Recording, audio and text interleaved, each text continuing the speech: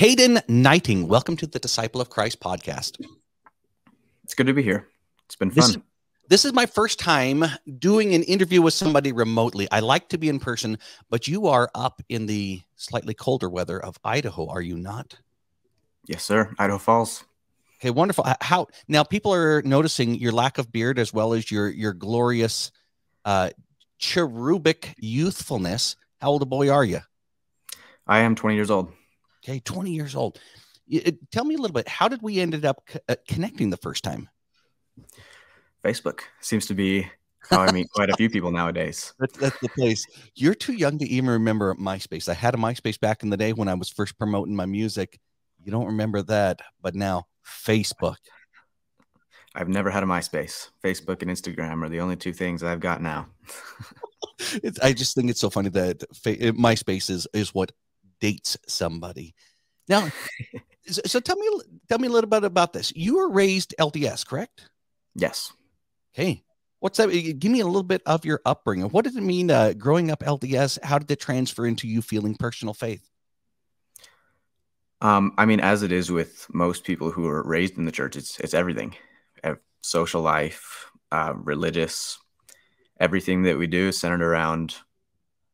We hope that it's Jesus Christ and the gospel, but it also tends to be culture, right? The people you associate with. And so I've moved around quite a bit. I was born in either Rigby or Rexburg. Couldn't tell you. I've moved probably 14 or 15 times. You don't remember when you were a newborn infant?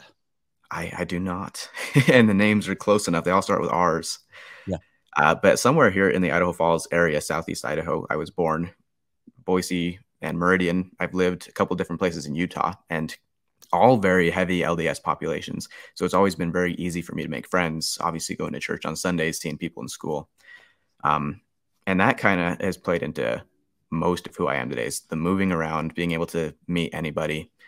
I've always been very conservative. We're always, hiking, camping, fishing, typical Idaho youth. The outdoorsy stuff. And yet you didn't have a beard from the time you were 6 years old. I did not. And I'm working on it, but we're not there yet. Baptized when you were 8 years old? Yes. Okay. By father? Yes. That's how that tends to go. What did you understand the commitment that you were making? Do you remember much about that? Or was it, oh, it's time to get baptized because I'm being trained up for it? I'd say even until a year ago, I had no idea that the commitment and some of the ordinances and things and what they mean. So at that point in time, no, this is what you do, and it's the right thing.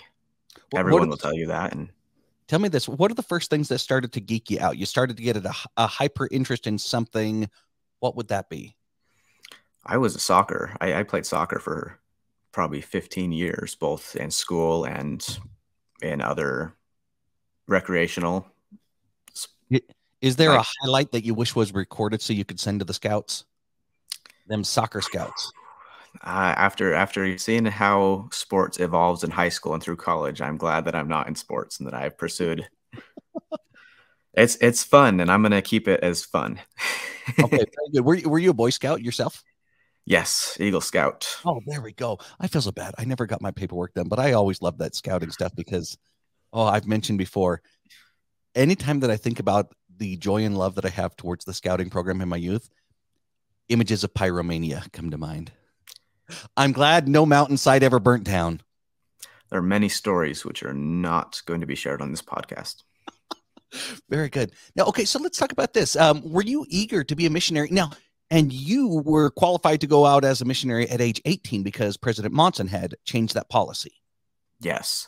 So I was always a grade behind people my age because I was in that.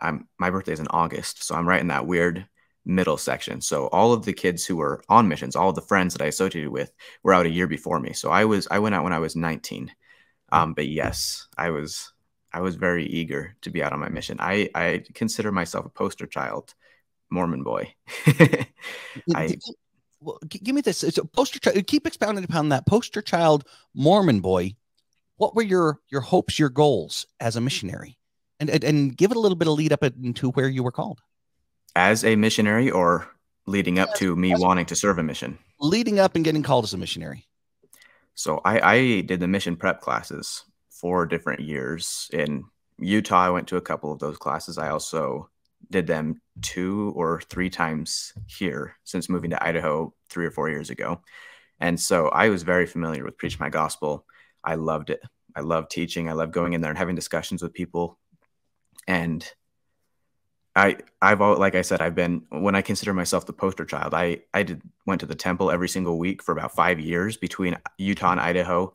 I was the one who, a bishop would call me on a Saturday night and say, "Hey, someone's is not available tomorrow. Can you give a talk tomorrow?" And I do it. I loved the church. Everything about me was the church. And a lot of my friends that I've now started talking to they recognize that, and they're like, "Wow, you're the one who," we'd say, I'd wear something that was by the church standards considered inappropriate, and you'd stop talking to me. And I'm like, yeah, like that's how really, like, I was the toxic Mormon culture. Batman. Yes, very pharisaical. Didn't associate with a lot of people who would swear or anything like that. And if you weren't LDS, it was, I don't know that I could really associate. I could talk to you, but be friends, I don't know. Our beliefs are just too different. Okay. And so that played a big part in my how much of that is, how did that get impressed upon you? That level of, let me keep myself aloof from those who don't think or behave like me. Well, part of it is because it's taught. I could think of several different places, none that we have pulled up here, but different conference talks. And one specifically was a BYU address where we talk about this idea of don't rehearse your doubts with doubters, and don't study things that aren't approved material, right? Apostate materials. And so things that are anti-Mormon. Anti-Mormon is a very interesting slang word that we could talk about later, but it's things that were considered so anything that was negative towards the church, you should not associate yourself with, which is people, books, anything. And so, yeah, I'd say that was it. And my dad and my family, we were very, multi-generational LDS. He was very much the gung-ho, you need to go on a mission, you need to do these things. Basically the same as me. He was last year the high councilman over missionary work, and really beat the drum on that type of thing. We shame a lot of people who weren't quite doing what we thought they should do. And so, well, I can let you know this. That is the dominant theme in Mormon dominant communities. I've recently talked to a friend who lived in New York, to where there was hardly any members, and those kind of feelings are non-existent in those communities. They're heavily existent in Mormon dominant communities. Yes, especially close to Idaho schools, which I have lived next to, or BYU. So both of them. Tell us about the path leading up to a mission. You've been going to mission prep classes for years, giving talks impromptu. I'm the guy. How did that turn into turning in mission papers? What were your hopes? So I just wanted to be as successful as I could and to teach people, because that's my biggest personality trait, is talking to people. So when I talk about my moving and things, that's the one thing I am was very good at, is just having discussions with anyone. And so meeting people that I don't know is almost more entertaining than talking with people that I do know half the time. And so just making connections with people, I loved. Right before I went out on my mission, I was a door-to-door salesman selling pest control. And I loved that. I was successful because I could just sit and talk with people. I don't have agendas. And even as I was going on my mission, I didn't want to baptize people. I just wanted to make connections with people and to teach them about Jesus. And there was also, when I got on my mission, it's a different story, but going up to my mission, it was a little bit of that number driven. I was always the one who was chosen for things, and I wanted to kind of continue that. It was a little bit prideful. And you say you wanted to be successful. What did that mean in your mind? Success meant bringing people into the church. Okay. Yeah. It's something, which sounds like now you recognize as something different than bringing them to Christ. Yes. Okay. Yes. Did you have hopes or aspirations for a foreign mission, a stateside mission? I really wanted to go. I actually got called to the mission that I wanted to go to, which is New Zealand. Oh, New Zealand. So I was foreign and English speaking on an island. Hey. that was about, and I'm a videographer, photographer by trade, and had kind of those thoughts in throughout high school. And so to go somewhere that was as beautiful as that and not have to learn a language so I could invest more time into my communication with others. I didn't have a little barrier. I could immediately jump in and start making connections. I was very, very excited about that. Um, Obviously, this was around, I received a call in 2020. I think it was May or March, somewhere beginning of the year. And my And guess assignment what's was, happening at that time? oh, that was when the forbidden C word began. We just refer to it as the medical procedure. And one thing that everybody realizes, if they're watching this on YouTube or on Facebook, we can't even risk talking about things openly without this being taken down so people would not be aware of our conversation. So we'll just refer to it as I don't know, the video, the vid. I know. So we've got to use euphemisms to avoid the big tech algorithms. Can we say virus? Sure, but we'll see how long this lasts. We've got other platforms. Right. So if anybody's getting this, this is going to be available on, at the very least, Rumble as well as YouTube. Rumble doesn't do the same kind of censorship. Yeah, but to put it, it was what everyone knows happened in 2020. All of that mess began to start. They began to start with mandates for things. And like I said, I've always been raised conservative, Idaho, and I have a distrust of the government. Always have been. I, in high school, wrote a lot of essays on gun control and different things like that.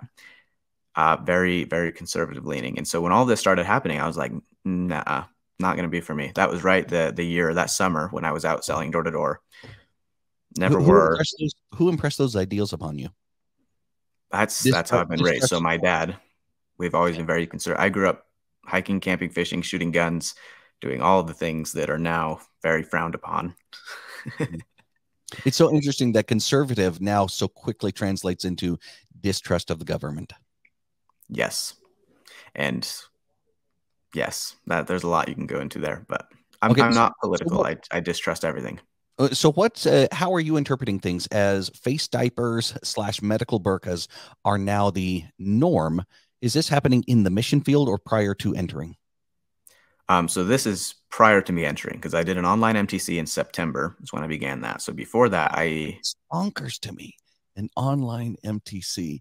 Sitting. It's like I still have such wonderful memories in my heart and mind regarding being in physical proximity to thousands of young missionaries. What feels like God's army, and you're on Zoom calls.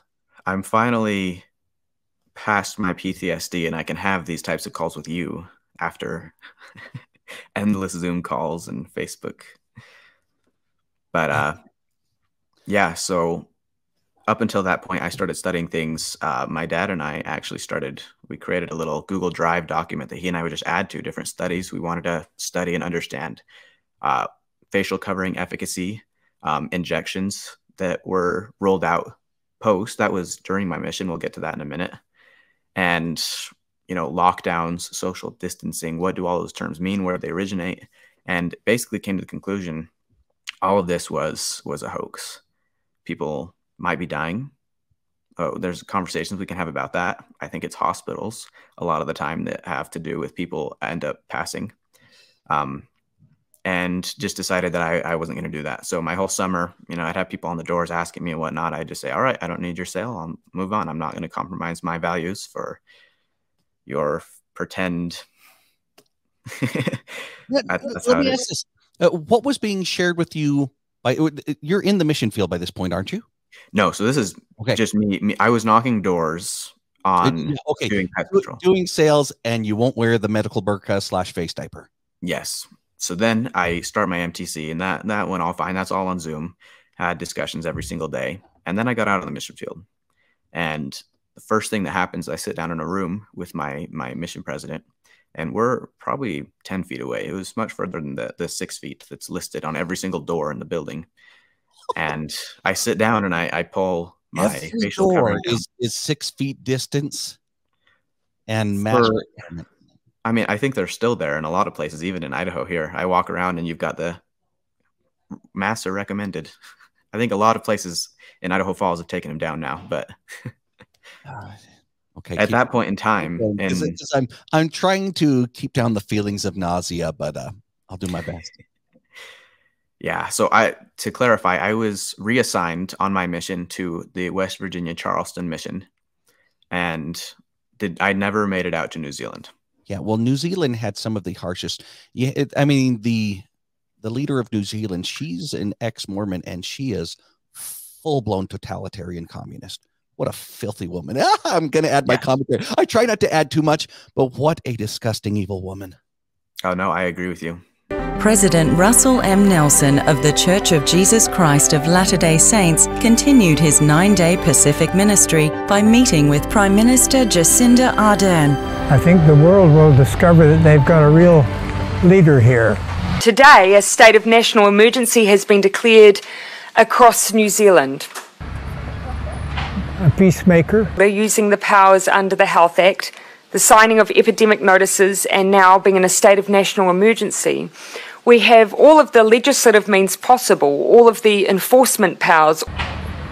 A policy maker. But if you don't comply with the rules, you run the risk of forcing us to extend the period of lockdown. Consensus giver. The State of National Emergency Declaration allows civil defence emergency management controllers to take the necessary steps if they need to. We're very impressed with her. She'll have a great future. New Zealand Prime Minister Jacinda Ardern has tested positive for COVID-19. I mean, birds of a feather, they flock together. Yeah, that was quite entertaining. So yes, reassigned there. I sit down with him and I pull my mask down to have our first little introduction chat. And he just says, "Elder, put that back on." I was like, okay, stick it back up. And he's like, the first question he asked me is, "Do you have a problem with wearing masks?" So we had a little discussion about that. And I do like people who will cut to the chase. Yeah. To start off, I loved my mission president. I think he was a wonderful man. Every time that I spoke and met with him, I very much valued his opinion. I feel like he valued mine. And he did not push me to do things that I was unwilling to do. We'd have discussions about things. But ultimately, yeah, I loved him and it was great. But we had a little discussion about that. And he kind of agreed with me about some of the things and was like, "Oh, I don't know about the efficacy of these, but we've been asked to do it. And so I'm going to ask you to do it. Will you?" And I was like, "Yeah, of course. Love to be obedient. That's why I'm here." Yeah. Even though in the back of my mind, I'm like, really? But at this point in time, I just got in there. I need to impress this man because if I can get in with him, like this is what the mission's about, is obedience to these men who are called of God. Right. Obedience, I'd say, is if there's one word. In your mind, I mean, what level of spirituality do you attribute towards your mission president? I ask that because in my mind, it's a matter of he's got Jesus on speed dial whenever needed. Well, I think it's the same as any other leader, is that whoever is above you at the present time, they can speak to God for you, right? And I never necessarily believed that mentality, but it is culturally there, and I was aware of it. It's really just their figures. They know more than me, right? There's amazing men who have done so many things. They've met with so many missionaries. They knew this at the time. They knew the scriptures far better than I did and could answer any questions that I had. And so there's a respect, whether that's a false sense of respect or a legitimate respect. I feel mine was legitimate respect. It's there. Now, did the teachings about who holds the keys play into the way that you viewed your mission president? No. With him, that conversation was never really brought up. Okay. With stake presidents and bishops after the fact, yes, that's later in the story. Yeah. Okay. So how did you respond? Do you have a problem with wearing masks? What was his tone of voice, or at least how did you interpret his tone of voice? How did you respond? So I like I said, I just very basically had a conversation about, I've studied these things. I don't really think that they work at all. I was like, I really am not comfortable wearing them. I was like, but I will if you want me to. Because that's enough. Yeah. And I was really good about that for about a week. Okay, for a week. Yes. So we're at the point in time where it was locked down completely. And all of my areas were in Virginia. And someone could correct me if I was wrong, but I did study a little bit and realized there were no mandates in Virginia. I think if local buildings required it, they could require that, but I don't think that there was a statewide mandate, at least not for walking outside and that sort of thing, which other places apparently did, like West Virginia, at least as far as I was told. So most of my time in the mission field, I was out for 5 months, and I was inside. So at what month did you enter the mission field in 2020? October 14th, I think, was the day that my flight landed in West Virginia. Okay, so for about 3 weeks before that, it is MTC via online video calls. Sitting in a chair at home, flying out to the mission field, sitting in an apartment.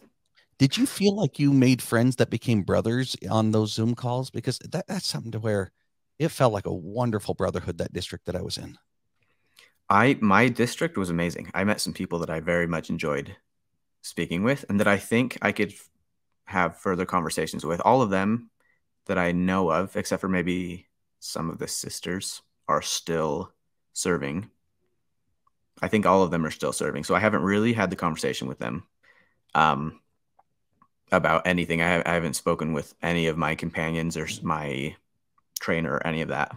But I did very much enjoy the district for the online MTC and a lot of the companions that I had while serving. I haven't spoken with a single one of them in the last year and 2 months or so. Okay.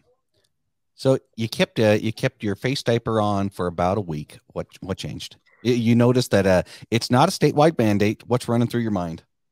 Well, what I kind of decided is I don't want to, because I'm wearing a badge that I'm representing that particular organization, and legally I did not want to get into any trouble, right? So I decided if stores and things required it, I had to wear it for us to go into there. If the churches require them, then obviously I've got to wear it to go in there to attend church and that type of thing. And so it wasn't a huge issue for me at the beginning of my mission because it was 100% online. I mean, we were spending hours and hours on Facebook. We had apps that would record time usage, and which applications you were using, how long you were on it each day, and it would track it and show you. There were days where it was between 10 and 14 hours that we were on Facebook doing phone calls, like just being on a device, which I was not a fan of, especially towards the end of my mission.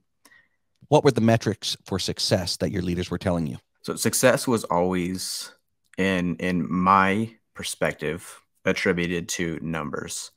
On my mission, there were 2 different days where we had, I think we called them day of contact, where it didn't matter if someone had a positive reaction to our message or a negative one. If they responded to a message that we sent, whether it was a phone call or a Facebook Messenger or a text message, they responded, that was one contact, and we would mark it down. And it was a mission-wide competition almost. There were no prizes other than praise, right? But it was just whoever had the most contacts. See, I've been part of plenty of sales teams to where, you brag about numbers. You do. And to me, that was what the mission field became. And it's not what most people's intention is when you ask them outright. That's not what my intention was. I know that most of my companions and anyone that I would ask, I would say, are you doing this for the numbers? And they say, no, of course not. But the numbers were a very significant factor. I mean, even when you would serve the mission and beyond this, numbers were massive. How long did you track today? How many people did you bet? How many everything is tracked and numbered. And there was a boundary change in my mission, and I had 2 mission presidents. At 10 months into the mission, there was a boundary change, put in a different mission, 3rd mission president, and ended up having 4. All 4 of them business experts, and they knew how to run a mission with that corporate expertise. Exactly. That was one reason I was very grateful for my experience knocking on doors before serving an LDS mission, is I was able to see the similarities between pitching the gospel and pitching pest control.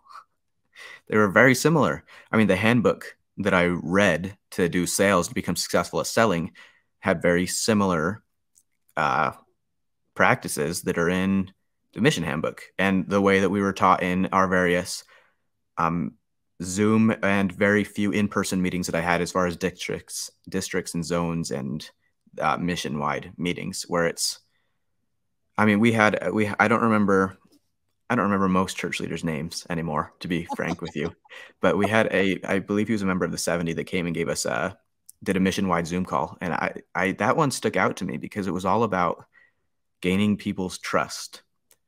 And it gave a whole Zoom call on, you go from 0 to 100 with someone. You have to gain their trust. It's just like pest control. When I step on the door, I have to find the similarities between someone. I have to find the genuine things. But then immediately, you turn that over to, we got him into gospel. We got him baptized. And that was your entire intent. Instead of just genuinely being like, hey, I care about you. I know who you are. I love you. You don't want to be baptized? Great. Let's go have a barbecue on Friday. I don't care. Well, I just think about the sons of Mosiah. When Ammon says, when he's asked, how long are you going to be here? It's like, perhaps the rest of my life. Great. Marry one of my daughters. I'll pass. Yeah. But it's that mentality is really, to me, it's fake. And that'll offend a lot of people. But I was out on the mission field. I understood that. I had done the Preach My Gospel, and it's fake. You study for years to teach something that you should already know. That's one thing that I love to study now. Let me ask, would you say the message that you were asked to teach, was it printed upon your heart in a way to where that came across? There were certain things that I loved. I loved especially talking with people who were atheists, who had no belief in God, because I could relate with them quite a bit and have discussions that way. And to me, it was things that I knew. Those are the things that I could expound upon and teach. The things that I was reading out of Preach My Gospel, I could do. I was very good at it, but my heart was not there. And so I definitely noticed that about 2-3 months into my mission, I'd get on the Zoom calls, and, I was in trios until my last companionship. So there were 3 of us, and we'd plan out beforehand, you hit on this bullet point, you hit on this bullet point, you hit on this one. And it's just the same lesson over and over and over and over again. And it just became routine, mundane. I didn't agree with some of the things. At this point in time, I had been studying, and obviously I had issue with the mask and the COVID stuff, so I didn't follow a lot of those mandates. We'd meet with people's houses, and I'd be like, all right, I'm going to keep my distance from you, but I'm not wearing a mask. And then we'd get into some of the doctrinal things, and I'd just be like, well, the Book of Mormon teaches this slightly differently. I didn't question any of this really at the time. I just acknowledged they existed, and so I didn't speak on certain topics. I'd just be like, all right, I'll bear witness to what I know to be true. I'll go from there. What topics would you not speak on? I very quickly had an issue with asking others to sustain the church leaders as prophesiers and revelators, because how much was that emphasized upon you young missionaries? I mean, I'd say it's almost everything as missionaries, especially, but in church culture, it's leadership and hierarchy. If your leader receives a revelation for you, who then receives revelation for whoever's underneath, and it's this chain of command up to today Russell M. Nelson. Let me ask this: is this emphasized? What you experienced is devotion to the leadership, sustaining of the leadership, more important than a saving relationship with Jesus Christ? I would say they may be taught equally, but the emphasis on church leadership is definitely there. And it's very manipulative, because you'll be sitting having a conversation with someone and say, you need to accept Jesus Christ. Here are all the beautiful aspects of the gospel. In order to get here, you have to sustain these men and be baptized in our church, right? So I wouldn't say that one has more significance than the other. One is just leveraged in order to get the other accepted, right? In other words, to follow Jesus, a necessary step is these men. Exactly. And that's taught in the baptismal requirements for missionaries. They have to, sustain Russell M. Nelson as the president of the Church of Jesus Christ of Latter-day Saints and as the prophet on the earth today. You have to sustain him to be baptized, as well as for temple recommends, you have to sustain the leadership. Well, I know my father, especially recently, there's no salvation in his mind except by believing that President Nelson is the prophet. That's a requirement for salvation. Nobody can obtain salvation who doesn't believe in these men. I literally don't remember the last time he's taught me anything about having a personal relationship with Jesus Christ. And he's a leader in the church. Yeah. So it's very fascinating. And that's something that a lot of these in the first few months of my mission, I didn't fully understand. I'd always studied scriptures, but only for seminary and for other things, very specific, just to give the right answers. It was never because I saw patterns and things that I wanted to really know. And none of it had ever contradicted the church, ever. And so when I started to see things that I didn't quite agree with, I was like, well, that's fascinating, isn't it? Take us to how things started to come to a head in the mission field. So I butted heads with a few companions, as well as what were the main topics, masks or something else? Masks and local leadership. So I'd been going to church in one of my areas, and I'd walk into church and I'd sit down and I'd pull it down. I'd only put it on when I was walking past people, and then as soon as I got out of the church building, I'd take it off. I had a leader, bless his heart, loved him, met with him and his family many times. But they were asked by leadership, church leadership, to wear the mask. And so I was counseled many times, like, Elder Knight, you need to wear this. It's like, okay. I'd say okay, and then I would not. I didn't want to have the confrontation with them at that point, because I knew things that I believed, but I couldn't quite explain it yet. And then I hacked MOS. Hacked MOS? What does that mean? So MOS is the software run on the Android phones on missions that restricts your internet access and messaging access and all of that. So I figured out a little loophole to research and find things on Google. So I began to research more about masks, just a tiny bit. And then mostly this is around the time where the injections were being promoted for the virus. And so including young 18-year-olds who are at the peak, 18, 19, 20-year-olds who are at the peak of their human health. Yes. And so that was a major question, because a lot of my companions, we had a lot of downtime. We'd sit on couches and just talk about different things. One of them was we were really, luckily my trainer and my first other companion, they were very open-minded about things. We were able to have discussions. We watched the elections and stuff and had discussions politically and all of that. And we all really decided weren't going to get. And I said the word, didn't I? I've already edited it. Sweet. Aren't going to get the medical procedure. Yes. So it's this point in time I decided if I'm going to make a decision about this, I need to know for myself whether or not this is legitimate, if I should do it or not, because I know that my church leaders are going to ask me to do it.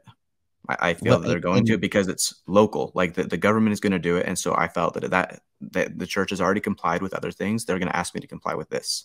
And certainly you've memorized Moroni 10, 3-5, where verse 3 is, read these things, whatever it is that you're studying, and it is the pattern for how to learn the truth of all things. Ponder it in your hearts. Ask if the conclusion that you've come to is correct, and you'll know by the power of the Holy Ghost. And by that power, you may know the truth of all things. Were you applying that principle on whether to get this medical procedure? Yeah. And I'm very much a logical person. I have a lot of friends who are they're more spiritual than me, in the sense that they feel things and have dreams and see things. Me, God is yes and no, and he directs me to study things that I understand and I'm able to explain to other people. And so for me, scripturally, and as well as with these injections, I was able to read through research documents and figure it out. And I know I was guided in where I was to study. So I figured out very quickly, I believe they were created with evil and malicious intent. I think that many people have died and many people will die. And yeah, that was about, I decided they were wicked, and that people who would promote it were either very, very ignorant or also had malicious intent. It's the best case scenario would be they're ignorant. Ignorance. And that I reserve for people who I would deem wouldn't know better. Yeah. When it Well, came and to church leaders. You've already mentioned the culture of just follow those that are in charge. If they say it, they must have the hotline to Jesus, and they were already on the Jesus Zoom call. Yes. So after coming home, I had several missionary friends. I know some of them were currently serving while they messaged me on Facebook, but would just tell me things like, you know, you may have different views about these shots and stuff, Kaden, but I know that Nelson got it. And so if he did it, it's not going to be bad for me either. President Nelson tweeted out today, reading in part, Wendy and I were vaccinated today against COVID-19. We have prayed for this literal godsend. Receiving the vaccine is part of our personal efforts to be a good global citizens. Tell me about what effect this had on you. So that was quite the fun morning for me. So this, I believe, was my last area that I was in with a companion. And this Facebook post from Russell Nelson was a pretty deciding factor in me being sent home.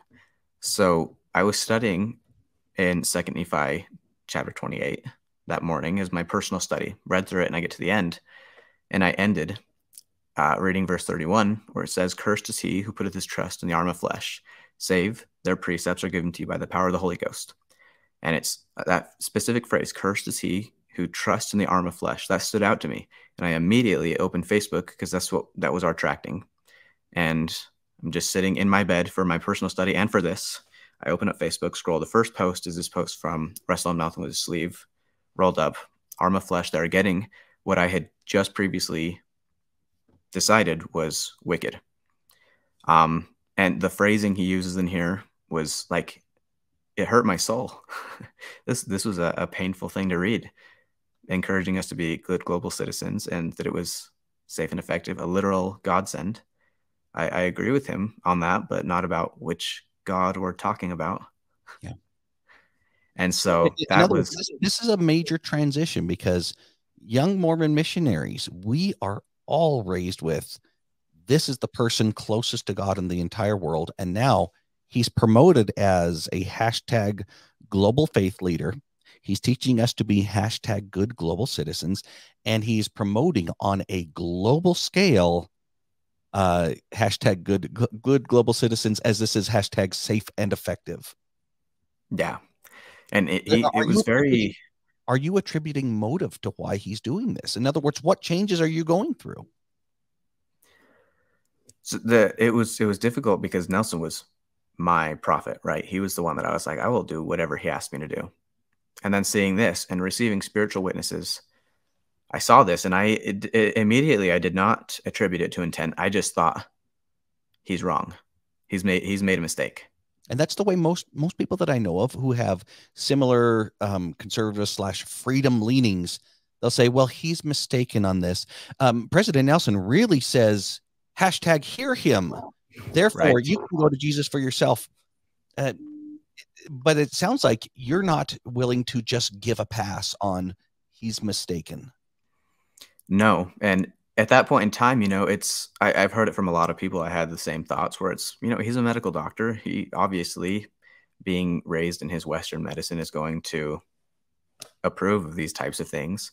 But then very quickly after, a lot of the data, a lot of the people, scientists, and specifically, I don't know if this will get censored, but Robert Malone, who has, I think, 7 or so patents on mRNA technologies to create these injections, speak out against it. Unquestionably a world-leading expert on this, if not one of the foremost. Yes. And I was like, whatever Nelson knows about medicine does not put him on the same level as someone who studies virology. And those are the men, Peter McCullough, Robert Malone, who are being censored and silenced. Their podcasts are being taken down. Those are the people who are speaking the truth. That's the point in time we're at. Obviously, we're going to have to censor a lot of this podcast. The reality is anybody who wants the truth is not scared of finding out what things are wrong. In fact, that's one of the most amazing processes, is where I've had this belief, new information shows me that it's wrong. And it's a huge benefit. Huge. I mean, that's something to be that's something that that brings great gratitude to those seeking for truth. Yeah. Okay, so how does this turn into? Tell me how this turns into ahead in the mission. You're seeing the hashtag safe and effective, good global citizen, global faith leader. Get the waxing put inside of your body. Yeah, this was the moment that I decided I won't. I was like, I've been doing the mass things very infrequently to appease leadership and whatnot, and I said no. I said, this is morally wrong. I'm lying now to God by staying here and wearing this, showing that I am compliant with things that I think are wicked. It's not just it's not for me. I don't think I should wear it. It's a non-issue. That wasn't my mentality. I think that it's mental conditioning. The masks are, and then the injections have now gone to, especially the mandates. It's medical apartheid. This is horrific. And so I wanted no part in it. And I knew that being on a mission, I did not want those statements from Nelson and others attributed to me. I couldn't wear that name tag and be like, oh, he said this and I agree with him. No, I don't. And I was like, I wanted to be a member of the church. I love the God. I had no issue with any of that. It was just, should I be on a mission right now? Should I be teaching people, bringing people into this church where I'm not agreeing with them? Because it came up. One of my best friends now, his name's Eddie. I'm not going to give last name, but I met him on the mission field towards the end of my mission, right as this was going on. And he was very against all of this. He's a very good Christian man, very amazing story, but he's very opposed to the mandates and things that were going on. He wouldn't wear masks or any of that. We'd meet with him, and after the first one, I would not either. But it was hard because we'd get on these discussions and topics where he'd ask us, me and my companion, questions about the leadership and be like, well, why are they teaching this and this and this? And I'd have to sit there and say, well, I can't agree with him. I can't agree with him because I'm wearing this tag, and I can't tell him my prophet is wrong. Right. Yeah. And so that was kind of a deciding factor. I was like, I can't sit here and lie to people. I can't answer right now. He's a prophet who speaks for God, and then go into a baptismal interview and say, you need to sustain this man as someone who speaks for God. When I say his counsel will kill people. Now, what am I going to do about that? Yeah. Take us there. So I got a medical exemption from masks from a lady in Salt Lake, and gave that up to my mission president. I think 2 weeks later, a week and a half to 2 weeks later, I got a phone call from him. It had gone up to whoever was just underneath Uchtdorf on the missionary committee, and they decided missionaries need to appear compliant. He has to go home. If he won't wear a mask, he has to go home. Okay. So that phone call, 2 days later, I was on a plane home. Okay. So there was no, I just put the mandate in, and I told my mission president, if I can stay here, I would love to stay here, but I'm just not willing to compromise on the mass anymore. I have this exemption. And they were very clear that it has to do with compliance, not health. The response that was given to me after had nothing to do with health. It had everything to do with missionaries need to be wearing these. Because I had got concussions playing soccer through high school. And so I had a legitimate reason why wearing them I physically couldn't, which is why I had very thin ones. You can see my teeth through them. And even then, I'd get headaches when I'd sit through an hour of church. So I physically couldn't for those periods of times, but also I made it very clear that it was a personal decision. And my mission president knew that because we'd had that discussion. So you're home now. Does it feel crushing? Do you feel like you did the right thing? Is there confidence that grows? What response are you having in your heart and your mind, or spiritually? So I was sent home. I got home, I think it was February, very beginning of February, like the 2nd of 2021.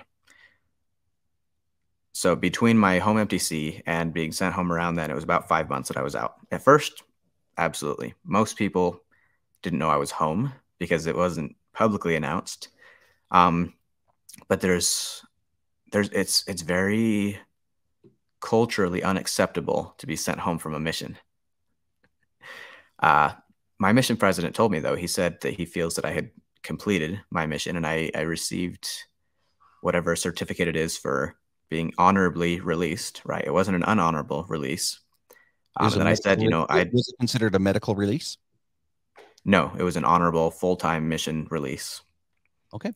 And with the exception that I said, if the mandates and things were lifted, that I would love to be out again. But at that point in time, they said, your mission is done. You've completed it. I don't know where the things are at now, but I don't think the mandates were dropped for months after that. But yeah, at first it was definitely very crushing. To me, it was, I'm going to hell, because consider where I was. A lot of people today call me stubborn, but look at where I was. Were you called apostate? Was anybody insinuating that this is representative of unrighteousness, evilness? So I made a Facebook post and tagged my mission presidents and everyone, just basically saying I've been sent home for a medical reason. And that one was received fairly well. After that, I studied things for about a few weeks, where I was just like, I need to understand, does God, start from ground zero, does God exist? The Book of Mormon, Joseph. I need to go through some of these, what I consider key pillars of my life. I need to understand what is true, because the one thing that I knew was that this was God's church led by God's prophet, who would never lead me astray. That, I think, is one of the most damning doctrines in the LDS church today that is taught very frequently, is we will never lead you astray, that exact phrase. And to me, that was 100% legitimate. I believed it. And that was completely pulled out from under me. Completely pulled out from underneath you. Let's get a little bit rapid fire and find out what it is that you started to research. It sounds like you've already formed an opinion. In your heart and your mind today, have you received an answer that you recognize from God? Is President Nelson, let me go over here. Is President Nelson God's spokespiece on the earth today?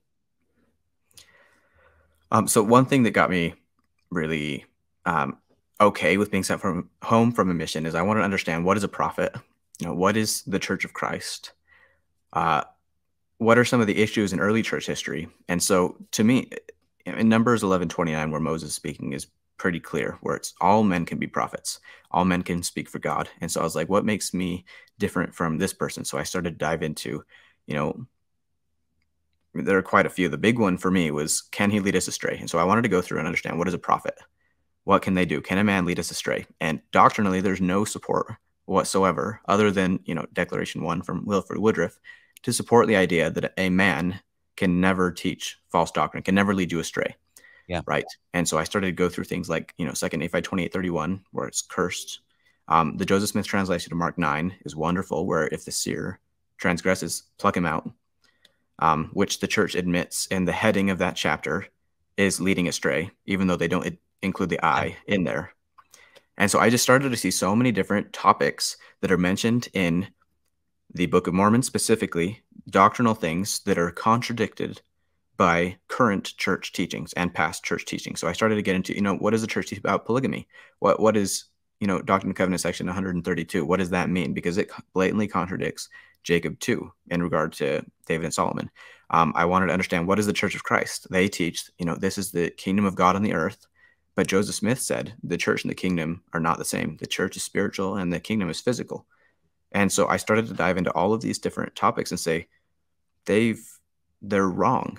And to me, it makes more sense, the things that are taught in the Book of Mormon. And they're not things that are just me nitpicking. This is stuff that really, common phrases woke up. Like, I started to recognize and see things that I was like, this is very blatant. It seems like this is clearly you getting more serious about your spiritual journey. Yes. I'd never studied scriptures as much in my entire life of 19 years until I got off my mission and decided I need to actually know why I believe what I believe. And that's when I really found out that I did not understand at all. And we're pulling up short on time, but let me ask this. Can you briefly describe, did anything change regarding to how you viewed the church moving towards the Brigham Young leadership, leaving the heartland of America for the Rocky Mountains? Brigham, specifically in regard to polygamy, was one of the first topics I studied that got me very much questioning church leadership and believing that they lie. So specifically, Joseph and polygamy. I don't believe that Joseph was ever a polygamist. I believe well, it's not that I believe, he never publicly addressed polygamy as anything other than abomination. He denied. He was very publicly, his whole tenure as president of the church, a fierce enemy of all forms of polygamy. Yes. And many things in that regard, statements by him are hidden and are not very easy to access, not publicly distributed. You can find things infrequently throughout, the Joseph Smith papers and whatnot. But I was on the LDS Freedom Forum for a long time, and that was one of the places where I had open discussion, where I didn't want to just put things on my Facebook because I didn't want to have those discussions with family members yet and be shamed, but I wanted to have an open, anonymous platform. So I discussed on there, and I think I've seen just about every single statement on every side of polygamy. I mean, on that forum, there are literal people practicing polygamy, and then people on both extremes, everywhere in between. So I've seen many things, and personally have come to the conclusion that I believe Joseph was a good man and an honest man, and that his secret statements are lies made up about him to justify the actions of other men who then, like Brigham, ran with it after his death. Okay. So now let me ask you this on doctrinal things, like, did you start to explore the baptism of fire and of the Holy Ghost? Did it change how you view your current situation with God and what the church teaches? So the Doctrine of Christ, this one was very, it didn't so much at first make me question the church as it did help me feel comfort in my progress. Because like I said, I thought, I'm going to hell. I just got sent off my mission. What do I believe? How can I find peace in this? And so understanding that Christ and what he taught about salvation is so incredibly simple. It's so beautiful. Have faith, repent, be baptized in my name, receive the Holy Ghost. Then you are my church. That is consistent before, during, and after his mortal probation. He teaches it in 2 Nephi 32, the same thing in 3 Nephi 11. And yes, absolutely, because it took my faith from men and me trusting them blindly to where I needed to understand for myself. And then I realized that everything that is taught in Scripture, that I hold as Scripture, has witnessed the same thing. And it was never different. I was just unable to see it. I was blind to things that were right in front of me, and to the relationship with Jesus Christ that I can have, that I can speak with him, that relationship is between me and him, and there is no middleman. No one else decides if I go to heaven or not, that I am worthy of salvation, that Christ employs no servant at that gate. It is only in and through the name of Jesus Christ that we are saved. And understanding what that really means as it relates to, church organization and men who claim to speak for God and to make requirements for things has been incredibly freeing. Kaden, Gneiting, thank you for being on the Disciple of Christ podcast. Always.